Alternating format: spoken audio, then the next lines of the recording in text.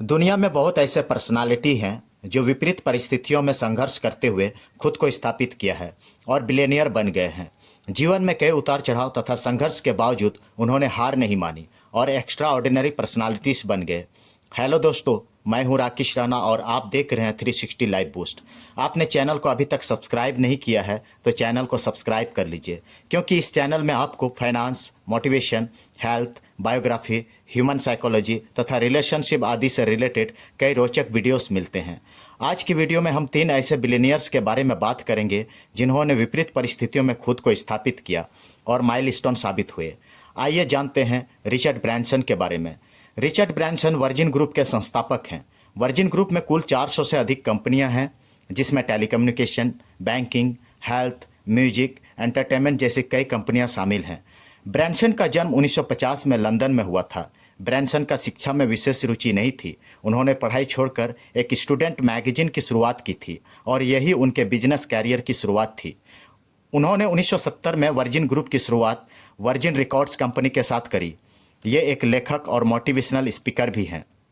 Best selling book losing my virginity इन्हीं के द्वारा लिखा हुआ किताब है। ये एक बहुत बड़े परोपकारी भी हैं। इन्होंने वर्जिन यूनाइटेड नामक परोपकारी संगठन की स्थापना भी की है।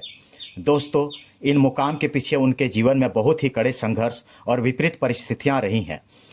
ब्रैंसन को डिसलेक्सिया और एडीएचडी की बीमारियां थी, जो बचपन में उन्हें पढ़ने और लिखने में बहुत परेशानियां होती थी, जिसकी वजह से उन्होंने 16 साल की उम्र में पढ़ाई छोड़ दी थी। जब उन्होंने वर्जिन रिकॉर्ड्स की शुरुआत की तो उन्हें भयंकर फाइनेंशियल क्राइसिस का सामना करना पड़ा। एक समय पर उन्हें अपनी मां की मदद लेनी पड़ी, जिन्होंने उनकी कंपनी को बचाने के लिए अपने गहने तक गिरवी रखने पड़े। उनकी कंपनी कई बार दिवालिया भी हो चुकी थी। फिर 1984 में जब वर्जिन अटलांटिक एयरलाइंस की शुरुआत की, तब भी उन्हें कई कठिनाइयों का सामना करना पड़ा। उस समय की प्रमुख एयरलाइंस कंपनियों से मुकाबला करते हुए ब्रैंसन को फाइनेंशियल क्राइसिस के साथ साथ कानूनी बाधाओं का भी सामना करना पड़ा।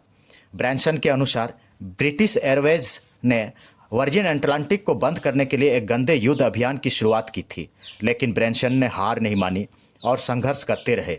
उनका ब्लूनिंग प्रोजेक्ट भी चर्चा का विषय था, जो बेहद खतरनाक था। 1987 में वे अटलांटिक महासागर को पार करने वाले पहले व्यक्ति बने, लेकिन इस यात्रा में उन्होंने कई जीवन मृत्यु की परिस्थितियों का सामना किया। 1998 में उन्होंने हॉट एयर बैलून से विश्व भ्रमण करने की कोशिश की, जो असफल रही और उन्हें बैलून को गिराना पड़ा। रिचर्ड ब्रैंसन का जीवन संघर्ष और चुनौतियों से भरा हुआ है, लेकिन दृढ़ इच्छा शक्ति, कुछ नया करने की ललक और जोखिम लेने की क्षमता ने उन्हें सफल उद्यमी बनाया। आइए अब जानते हैं दूसरे एक्स्ट्रा ऑर्डिनरी पर्सनालिटी के बारे में, और वो हैं फ्रांसवा बेटनकोर्ट मेयर। फ्रांसवा एक फ्रांसीसी अरबपति बिजनेस वुमेन और लेखिका हैं। उनकी नेटवर्थ 80 अरब डॉलर से अधिक है और वह दुनिया की सबसे अमीर महिला हैं, जिनकी लॉरियल कंपनी में महत्वपूर्ण हिस्सेदारी है।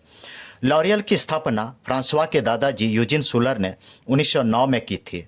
फ्रांसवा के जीवन में सबसे बड़ा संघर्ष उनके पारिवारिक जीवन से जुड़ा हुआ है। उनके और उनकी मां लिलियन बेटनकोर्ट, जो लॉरियल कंपनी की उत्तराधिकारी थी, के बीच कई सालों तक कानूनी लड़ाई चली। फ्रांसवा ने आरोप लगाया कि उनकी मां के दोस्त फ्रैंकोइस मैरी बेनियर ने उनकी मानसिक स्थिति का फायदा उठाकर उनसे बड़ी संपत्ति हड़प ली है।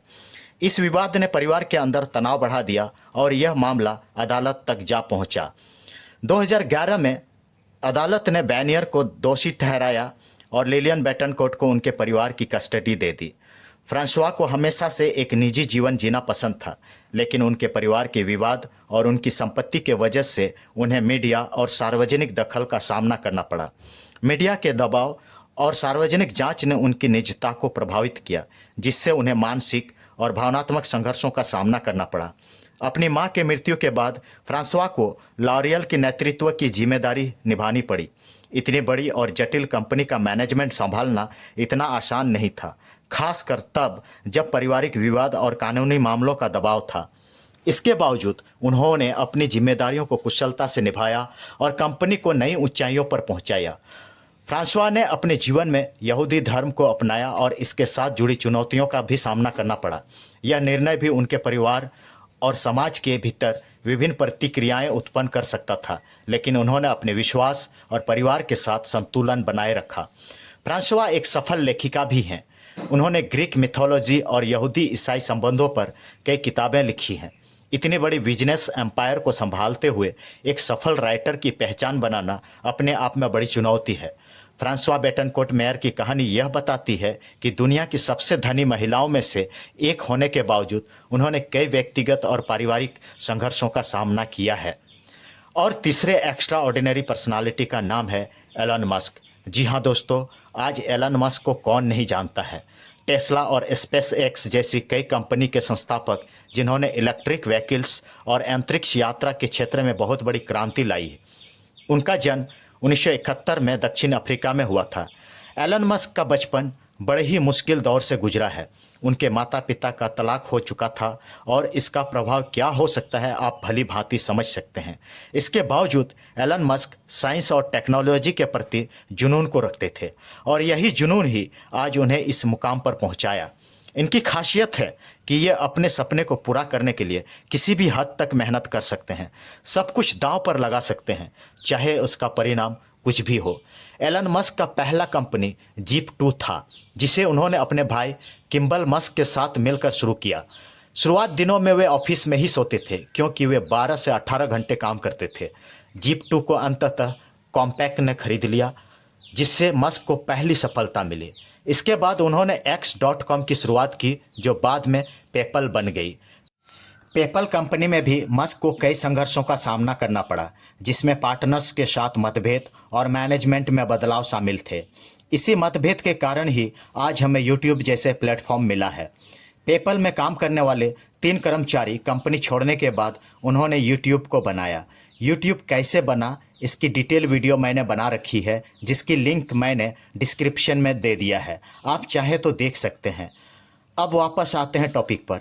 पेपल को ईबे द्वारा खरीदने के बाद एलन मस्क को बहुत बड़ा लाभ मिला। 2002 में एलन मस्क ने स्पेस एक्स कंपनी बनाई और इसके ऑपरेशन में भी उन्हें काफ़ी चुनौतियों का सामना करना पड़ा। कंपनी की पहली 3 लॉन्चिंग विफल रही और कंपनी दिवालिया के कगार पर पहुंच गई। चौथी लॉन्च की सफलता ने स्पेस एक्स को बचा लिया। नासा के साथ कॉन्ट्रैक्ट मिलने के बाद कंपनी स्टेबल हुई और आगे बढ़ी।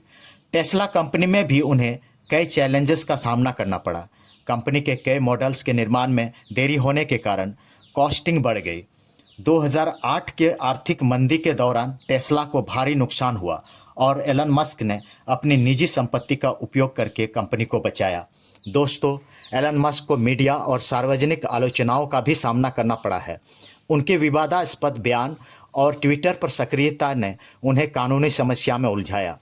2018 में टेस्ला को प्राइवेट करने के उनके ट्वीट ने अमेरिकी सिक्योरिटीज़ और एक्सचेंज कमीशन के साथ कानूनी विवाद उत्पन्न कर दिया, जिसके परिणाम स्वरूप मस्क को टेस्ला के चेयरमैन पद से इस्तीफा देना पड़ा और साथ ही भारी जुर्माना भी भरना पड़ा।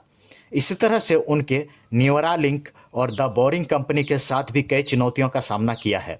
उनकी हर कंपनी में कुछ ना कुछ विवाद जरूर होते हैं, लेकिन एलन मस्क अपने सपनों और विजन के प्रति इतना डेडिकेट हैं कि हर विवाद के बाद उन्हें एक नई सफलता मिल जाती है। तो दोस्तों, आज के लिए बस इतना ही। वीडियो कैसा लगा कमेंट करके ज़रूर बताएं।